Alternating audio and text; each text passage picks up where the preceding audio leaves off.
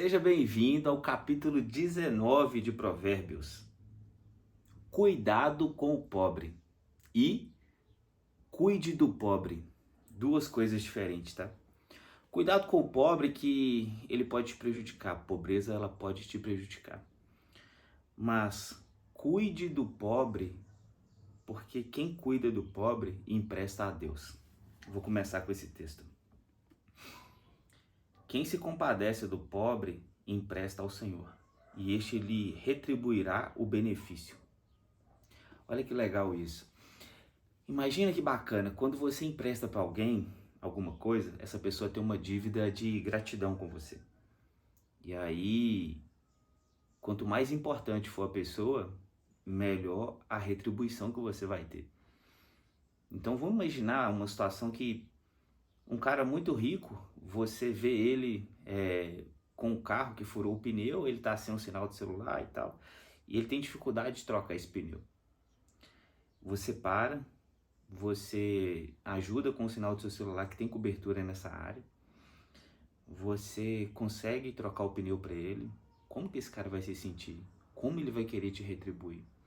Pessoas nobres, elas são gratas e generosas. Então ela vai querer te retribuir com generosidade. Esse cara vai poder fazer por você muito mais do que você fez para ele naquele momento. Agora, quando você empresta ao pobre, você está emprestando para Deus. Deus é muito maior e melhor do que qualquer cara rico. Então, você não tem favor nenhum, guarda isso. Não tem nada que você possa fazer para ajudar Deus. Deus não precisa da sua ajuda. Nada. Nada que você possa fazer para ajudar Deus. Deus não precisa de ajuda, guarda isso. Mas Deus está te falando e te dando uma oportunidade de Deus ter isso de gratidão com você, de Deus poder te retribuir, de você ter uma dívida com Deus. Ou, na verdade, Deus ter uma dívida com você. É você ajudando o pobre. É você ajudando quem precisa. Então, faça isso. Bom, quem que é o pobre? Vamos entender quem que é o pobre. Porque esse texto, eu peguei aqui o versículo 17 do capítulo 19, mas ele começa assim, ó: melhor é o pobre que anda na sua integridade do que o perverso de lábios que é um tolo. Então Deus está falando assim, o pobre muitas vezes aqui, ele é visto como uma maneira ruim. Você tem três posições para você enxergar o pobre. Você tem o pobre que é improdutivo, que ele não produz, que ele é preguiçoso, que ele é procrastinador e por isso que ele é pobre. Então, esse pobre, ele é visto de maneira negativa. Ele está numa condição ruim porque ele tem uma mentalidade ruim. Ele não buscou a sabedoria, ele não tem sabedoria. E não tem outros princípios. Então, ele é um pobre negativo, tá? Então, muitas vezes vai ser colocado esse tipo de pobre. Você tem um segundo tipo de pobre, que é esse aqui, ó. É o pobre que tem virtudes. Então, a Bíblia compara várias vezes. Por exemplo, quando a gente falou do relacionamento lá, que é melhor você viver numa casa pobre, numa casa simples, mas que há amor e respeito e tranquilidade e paz, do que viver numa mansão luxuosa que é só briga e só rincha, só confusão. Então, Deus também está comparando um ambiente de pobreza, que não tem muito, de coisas materiais, de coisas de conforto, mas do que é espiritual, do que é emocional, tem abundância. Então, esse tipo é igual esse pobre aqui, da integridade. E tem um terceiro tipo de pobre, que é esse que você vai ajudar ele, e que quando você faz isso, você está emprestando para Deus. Olha só, você empresta para Deus, Deus vai te pagar com juros. Deus vai te retribuir o benefício com juros. Então, três tipos de pobre. Aprenda a discernir, a separar quem são esses. Ó, você que está acompanhando aí, dá uma pausazinha aí para você me honrar. Pega o joinha aqui, ó, faz assim, ó, pum. Eu sou um pobre pedindo a sua ajuda na rede social. Eu não sou um pobre na vida. Eu não sou um pobre financeiramente. Eu não sou um pobre na essência, na sabedoria. Mas se tratando de rede social, eu sou um pobre. E tô aqui constantemente, ó, me empresta aí seu like. Me empresta seu like, me ajuda, faz isso aqui, não sei o que. É um pobre. Inclusive eu posso usar até a frase do pobre, né? Eu podia estar roubando, eu podia estar matando, mas eu tô aqui te pedindo, me dá um like, me dá um comentário, coloca um emoji. É isso, me empresta.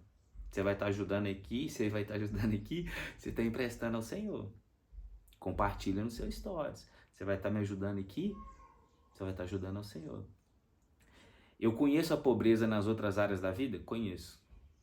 Conheço em casa, eu venho de uma família pobre. Minha mãe teve que sustentar a gente sozinha. Eu nunca passei fome, mas eu vivi uma coisa escassa. Por muitas vezes, uma coisa gostosa que a gente tinha para comer em casa era farinha com açúcar. Aí minha mãe ia procurar farinha para fazer alguma coisa, ia procurar açúcar para fazer alguma coisa, não tinha, porque nós cepamos o queijo na farinha com açúcar. Meu irmão que me apresentou isso, farinha com açúcar. É. Depois, arroz com café, deixava o arroz molhadinho, o que a gente inventava?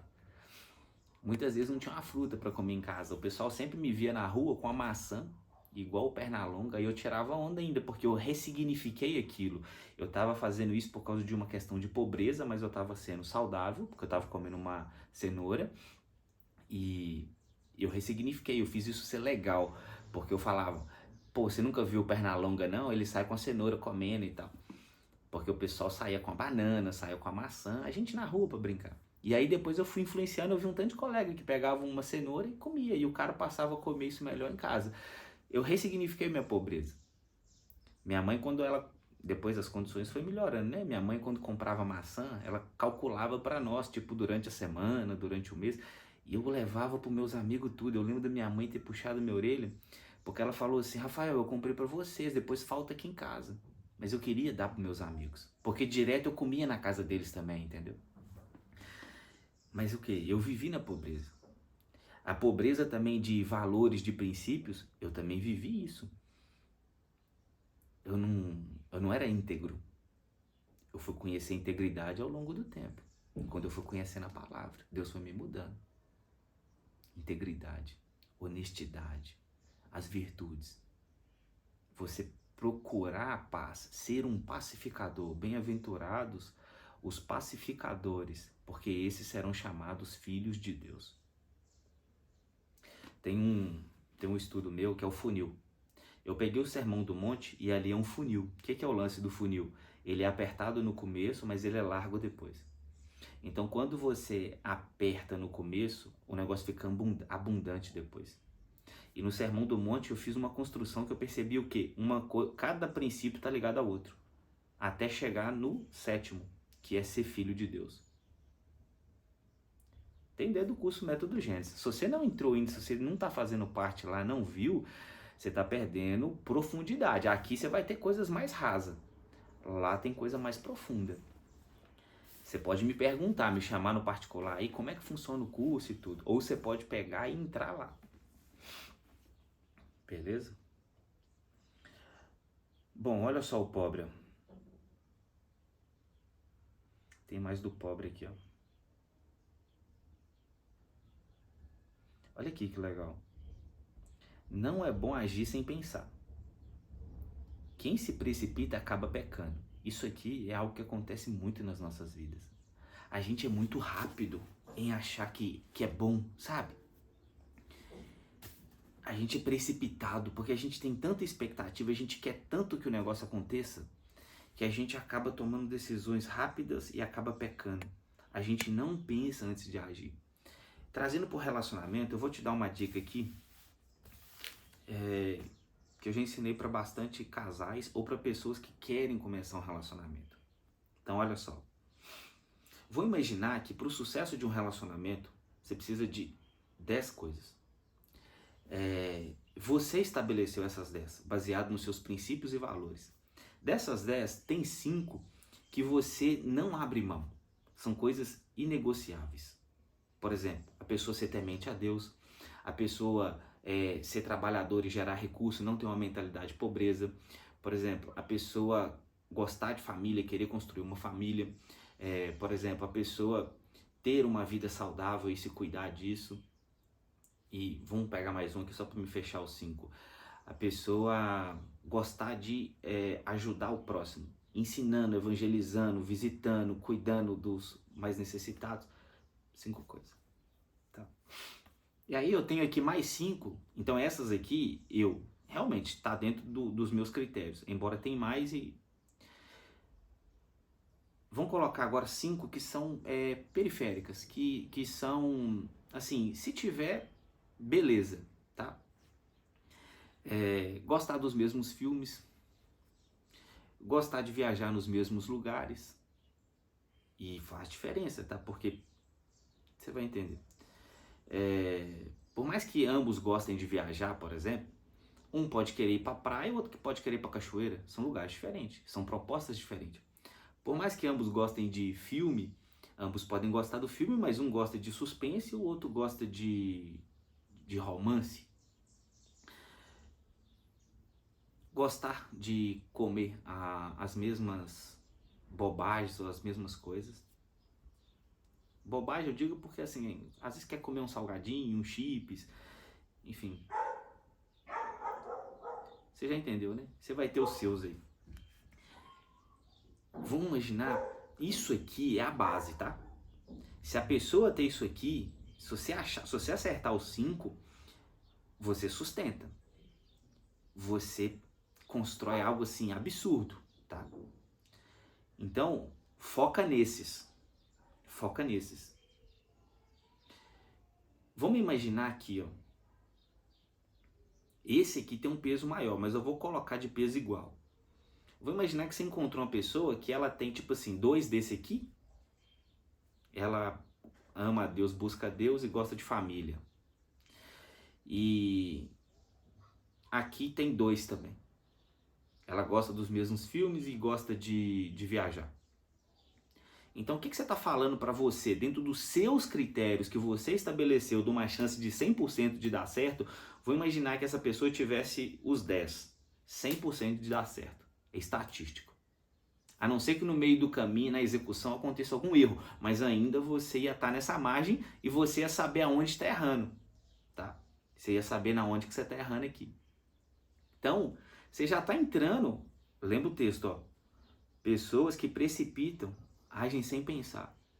Então você precisa nesse momento pensar o seguinte, cara, essa pessoa, ela tem 40% de chance de dar certo.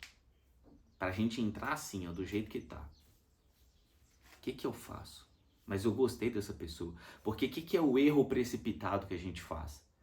A gente vê dessa pessoa, não ela é temente a Deus. E aí a gente já pressupõe que ela tem o resto. Ou então a gente abre mão do resto. Só que aí se lasca. Porque a pessoa pode amar a Deus, mas ela não vai te amar desse jeito. Ela vai te respeitar e tudo, só que não tem a afinidade, não tem o encaixe, não tem aquilo, sabe? Os outros são algo que dá para adquirir? São. Os outros são algo que dá para você fazer isso fluir ao longo? É. Principalmente se a pessoa for bem esclarecida nesse ponto da sabedoria, se a pessoa for bem esclarecida em buscar a Deus, todos os outros você constrói. De verdade, só que a maioria não tem isso de verdade. A maioria é superficial. Vou dar um exemplo para você. Olha só baseado em provérbios, tá? A Bíblia inteira dá para sustentar o que eu estou dizendo, mas eu vou usar só provérbios, que é o que a gente está usando aqui. Vou pegar o capítulo anterior. O solitário, ele busca seu próprio interesse. Então, se essa pessoa não é solitária, se ela é sábia, e o que o solitário faz? Ele se opõe, ele vai contra a verdadeira sabedoria. Vamos imaginar que você busca a Deus, você então não vai ser solitário e você não vai se opor à verdadeira sabedoria. E aí você vai buscar o interesse do outro. Você vai buscar agradar o outro. Então, se o outro gosta do filme de romance, você vai passar a gostar disso. Você vai viver isso, você vai achar os filmes. Você não vai só esperar a pessoa te chamar, você vai proporcionar o ambiente. A pipoca tá pronta, a assinatura da Netflix tá ali, tá. Viagem. A pessoa gosta dessa viagem, você vai ter a intenção, você vai ir na direção do que ela gosta. Imagina se os dois têm isso. Um vai adquirindo coisas que o outro gosta. Então, o que você precisa fazer? Se você não escolheu, analisa isso tudo antes de escolher. E vai colocando isso claro, sabe? Coloca isso claro. Isso tudo. Entra nesses assuntos. Confronte. Constranja. É agora, é antes. Entende? O mesmo Salomão fala assim, é melhor o fim do que o começo. Só que ele não fala em Provérbios, ele fala em Eclesiastes. É melhor o fim das coisas do que o começo delas. Então, você está começando um relacionamento. É melhor o fim dessa fase do que o começo, porque você vai parar de ser desconhecido para ser, sei lá, trazendo para o tempo de hoje, alguém que está ficando sério. Aí depois você termina o ficando sério para namoro. Aí você termina o namoro e você vai para noivado. É melhor o fim. Aí vamos imaginar, terminou no noivado e não foi para casamento não. É melhor, foi um livramento em vez de um casamento. Foi pro casamento, é melhor o fim do casamento também que o começo, porque o fim do casamento, se você entender o casamento na visão de Deus, que ninguém separe, o que Deus uniu, vai morrer ali, então vai para a vida eterna, e é melhor a vida eterna do que essa vida. Então é melhor o fim do que o começo, entendeu? Mas se você já entrou, você vai ter que investir em treinamento. Se você tiver uma pessoa que está disposta a melhorar junto com você traz isso tudo para a consciência, como se fosse dois sócios de uma empresa. Vamos olhar aqui, ó. Dá para vocês dois fazer isso. Agora, se a pessoa não estiver disposta, ou se você vê que os dois não têm condições, não conseguem acertar, traz um gestor de fora para ajudar na gerência humana e de recursos desse relacionamento. Se um quer salvar e acredita na relação, esse um faz isso. Se vê que dá para investir sozinho, investe sozinho. Se vê que não consegue investir sozinho e precisa de chamar alguém para ajudar nessa gestão e trazer estratégias, chama e investe. Agora, se nenhum dos dois vai investir, vai fazer e tal, é só questão do negócio morrer sozinho, o negócio vai morrer sozinho, ou de alguém ter coragem de tipo assim, cara, quer saber? Tô indo embora, isso não serve pra mim, não vejo expectativa, ou aparecer alguém. Aí aparece alguém, essa pessoa fica apaixonada por esse alguém, vai tendo romance e até depois manda embora. O amor, ele jamais acaba. O amor jamais acaba. 1 Coríntios 13. O amor jamais acaba. Só que o amor pode morrer. Acabar e morrer são coisas diferentes. Essa parte aqui, se você nunca ouviu isso na sua vida, você pode pôr um bom assim, ó, bom. O amor, ele jamais acaba, mas ele pode morrer. E o que faz o amor morrer? O amor pode morrer por causa de um assassinato, pá! Chega e dá um tiro, chega e dá uma facada. Sabe algumas coisas que acontecem que tipo assim... Tem relacionamentos, e eu já ajudei pessoas assim, eu tanto ajudei a separar, a entender que não dá mesmo, e ajudei a, não por uma percepção minha, mas na conclusão de tudo que a pessoa desenhou, falou assim, você só falta fechar aqui e falar assim, porque você está dizendo que não dá. Porque assim, na visão de Deus, todas as coisas são possíveis, tá? Para Deus nada é impossível. Inclusive, se o amor morre, Deus é o Senhor da ressurreição. Ele pode ressuscitar o amor, tá? Tô te entregando aí já. Mas o amor pode morrer, mas acabar não. Mas ele pode morrer. E aí, é um tiro, é um momento. Sei lá, uma coisa que aconteceu desencantou tanto, enfim, uma traição, a pessoa que deixou a família vir demais, a pessoa que cuidou mais do filho e deixou o casal, a vida conjugal ali de lado, um ato, pum, uma coisa. E também ele pode morrer por desnutrição, por desidratação, por falta de cuidado. Não teve um grande acontecimento, sabe? Não teve um tiro, não teve uma facada, mas ele foi por falta de cuidado, por falta de alimento, de bebida, de água, de zelo, ele foi morrendo aos poucos. Então tem isso. O amor jamais acaba, mas ele pode morrer. E aí, olha só.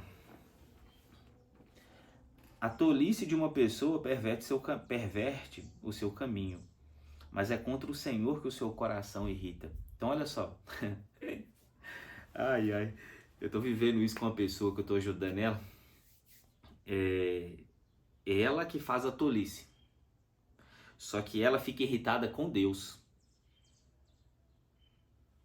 Cara, Deus não tem culpa das nossas burradas, das nossas escolhas, das nossas expectativas. Isso não é responsabilidade de Deus.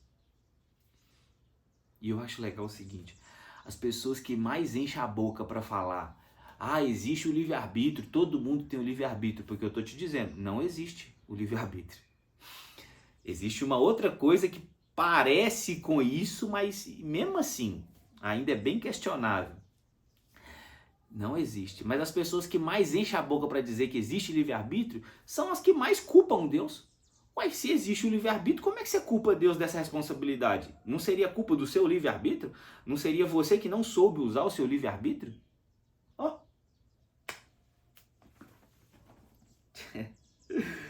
Olha que legal. Ao generoso muitos o adulam e todos são amigos de quem dá presentes.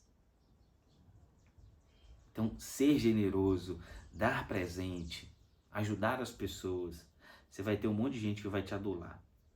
Agora, se os irmãos do pobre o detestam, quanto mais se afastarão dele seus amigos. Olha como que é ruim ser pobre. Não é bom ser um pobre cheio de integridade. Ser pobre, cara, é ruim. Porque aí você pensa, não, mas é melhor viver numa casa sem conforto que tem tranquilidade. Uai, você não pode ter o conforto e ter as virtudes que traz a tranquilidade, não? Você não pode construir um ambiente confortável que tenha. É perigoso, é difícil, porque na tentativa de adquirir coisas, você vai se estressar mais, você vai se lascar mais. Você tem que escolher o jogo que você tá.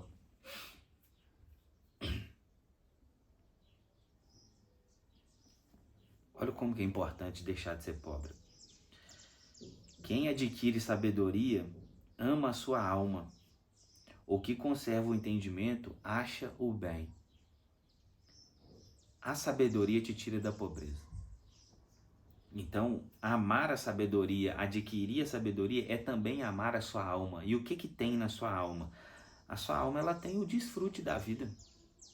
A vida fica mais gostosa. É cuidar do seu piloto. Quem pilota a sua máquina, seu corpo.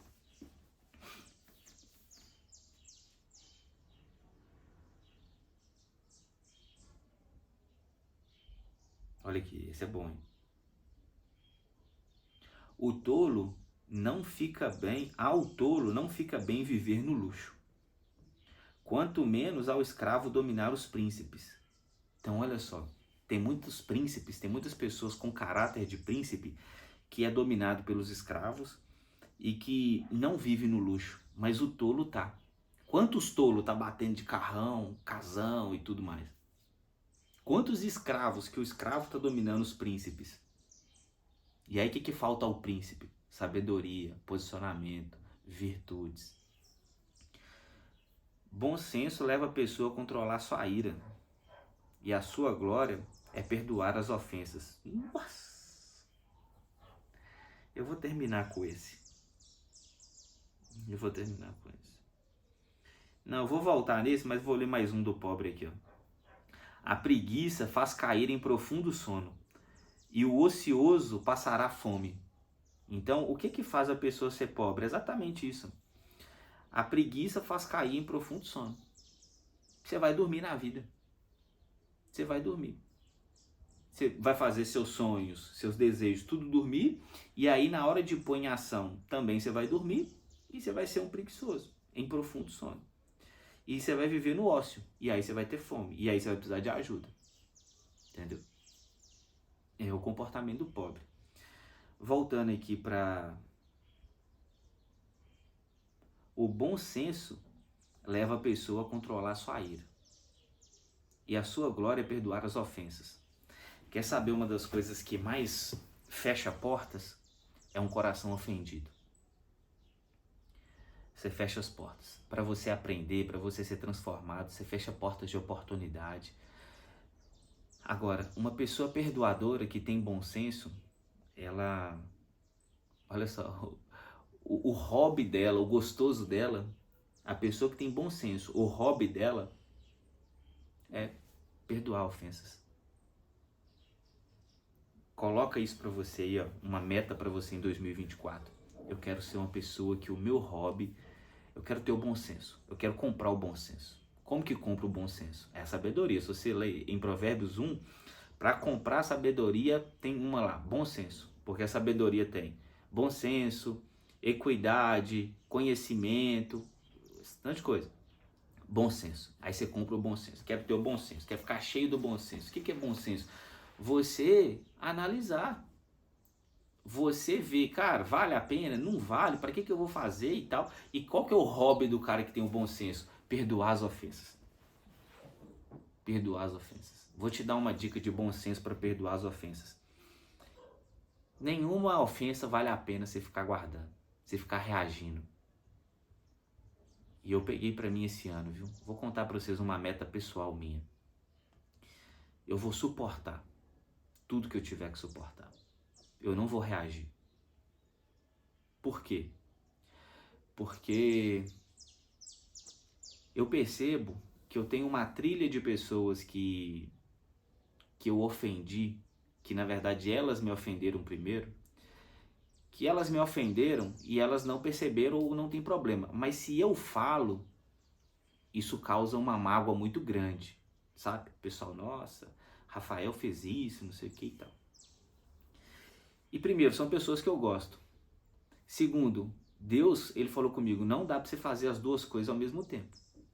Quando você vai lá revidar, quando você vai, tipo assim, ó, vou pôr essa pessoa no lugar dela, ó, vou mostrar para ela que ela tá errada, você acaba deixando de amar.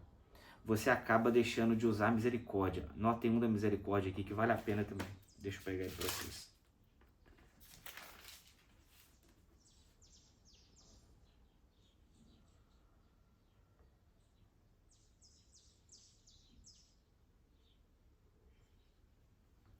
Tem um da misericórdia aqui que é top, cara. Será que eu vou achar rápido?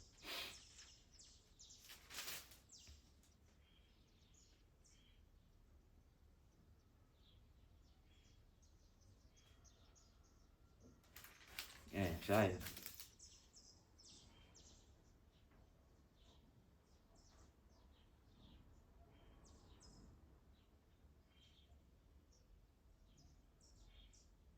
Aqui, ó. O que torna alguém agradável é a sua misericórdia. O pobre é preferível ao mentiroso. Olha que doideira. Por que que o mentiroso prefere o pobre? Porque dá para manipular, entendeu? Dá para agradar. Vamos pegar aqui, nós temos, por exemplo, um presidente que ele é mentiroso. E quem que mais vota nele? É o rico ou é o pobre? É o sábio ou é o tolo? Então por que que o mentiroso prefere o pobre? Porque é mais fácil de manipular. É mais fácil de trazer para ele, de iludir e tudo, entendeu? Porque o pobre quer coisa fácil. O pobre quer a mágica, o pobre quer o automático. Só que olha só, o que torna alguém agradável é a sua misericórdia. Então o que eu tomei para mim esse ano? Eu preciso ser misericordioso. Eu preciso parar de falar. Eu vou te falar uma das injustiças que eu passo, várias. Por exemplo, os outros já me roubaram. Aí a pessoa me rouba várias vezes aqui. E mesmo assim, eu cuido da pessoa, eu abençoo financeiramente, não sei o que e tal, um monte de coisa. Aí, a pessoa, eu dou muitos presentes e tal. Aí, se eu falo, pô, velho, você tá me exigindo o quê? Tipo assim, você me roubou e ainda você ganhou um tanto de presente, aí você tá achando que tem algum direito? Aí se eu falo isso, eu sou grosso, eu sou mal, eu sou... Tá, vou te dar um outro exemplo. Tem pessoas que invadem muito a minha privacidade, a ponto de, tipo assim, de quase me pegar nu em casa, por exemplo. Aí a pessoa invade. Eu tô assistindo um filme, eu tô fazendo minha leitura, eu tô no banheiro, a pessoa invade. E eu tenho que esconder para não ser visto às vezes. E aí se eu falo, pô, né, tá invadindo demais, não sei o quê. Eu sou ruim. Eu vou falar um outro aqui. Por exemplo, eu tenho um copo de fazer shake, e aí eu já tinha tomado essa decisão. Eu já tinha falado, pô, eu tava pegando o copo de shake, eu vou fazer o meu shake, eu não acho o shake aqui. Ele falou, nossa, você reclama demais, você é muito chato, não sei o quê. Aí eu, beleza, não vou ser mais chato. Aí eu não achei meu shake, são 2 copos, não achei os copos, não achei o negócio de bater. Aí eu fui procurar o liquidificador em vez daquele copinho de shake. Não achei. Aí sabe o que eu fiz? Eu falei, não, eu vou tomar um shake hoje. Aí eu fui no supermercado, comprei um liquidificador novo. Aí na hora que a pessoa viu, falou, não, por que você comprou um liquidificador? Eu falei, não, só porque eu queria tomar um shake. Aí, não, me desculpa. Aí foi lá, aonde estava guardado, que é num outro ambiente, não na casa. São 3 personagens diferentes, tá? Acho que vocês estão conseguindo identificar, né? Aí foi lá, trouxe todos. Aí trouxe o liquidificador, trouxe os 2 copos do shake. Eu falei, não, eu vou usar o meu shake aqui. Tá? Aí eu vi que dá resultado, sabe? Eu não preciso falar. Eu só preciso parar de reclamar dessas pessoas também, por mais que elas estejam me prejudicando. Aí eu falei, quer saber? Eu vou ser o cara que mais vai absorver pancada, que vai tomar pancada. Inclusive esse ano eu tô em várias provas e novos exercícios que eu quero trabalhar minha resistência, eu quero ser mais resistente ainda. Eu sei que eu já sou, eu quero ser mais. E o meu corpo vai sentir isso, para minha alma tá acostumada com isso. E eu quero ter o prazer de o quê? O meu hobby vai ser olhar para aquilo, ter misericórdia e eu vou perdoar as ofensas. Eu perdoei ano passado um prejuízo que o cara me deu, isso aqui mudou minha chave também. Eu perdoei um prejuízo que o cara me deu de uns 15 mil reais do carro. Eu ia registrar a queixa e não sei o que, mas... Aí eu peguei e deixei. Aí eu não falei nada com o cara. Aí sabe o que eu pensei? Eu falei, caramba, velho. Às vezes quando é alguém próximo a mim, eu dou um sermão danado, eu perdoo. Só que antes de perdoar, eu dou um sermão danado e tipo assim, eu fico parecendo o ruim da história. Porque eu tive que colocar a pessoa no lugar dela. Como se eu chegasse pra esse cara e falasse assim, cara, você é um bosta. Você tá aqui roubando meu carro. Usando meu carro para roubar. Você tá usando meu carro para usar droga. Você tá fazendo isso. Você tem talento. Você podia trabalhar. Você podia não sei o quê. Vamos tirar a parte de ser um bosta. Talvez eu não dissesse isso não, mas... E aí eu vou falando. Aí no final das contas, eu que sou ruim. Aí o que eu percebi? Com um cara de fora, eu fiquei em silêncio e não falei nada. Isso não tem a ver só pelo fato de ser de fora. Tem a ver com a minha evolução que eu tô. Eu falei, não, isso aqui eu tenho o dever de aplicar isso com a minha família. Com as pessoas que eu amo. Minha esposa, os parentes da minha esposa, minha mãe, meu irmão, meus amigos, meus parentes. Eu tenho o dever de aplicar com essas pessoas. Não vou falar mais. Eu vou perdoar as ofensas. O máximo que eu vou falar é como Estevão e como Jesus. Senhor, perdoai-vos, não sabem o que dizem, não sabem o que fazem. É isso. Bom, cuidado com os pobres e cuide dos pobres, tá? Deus te abençoe e até o próximo.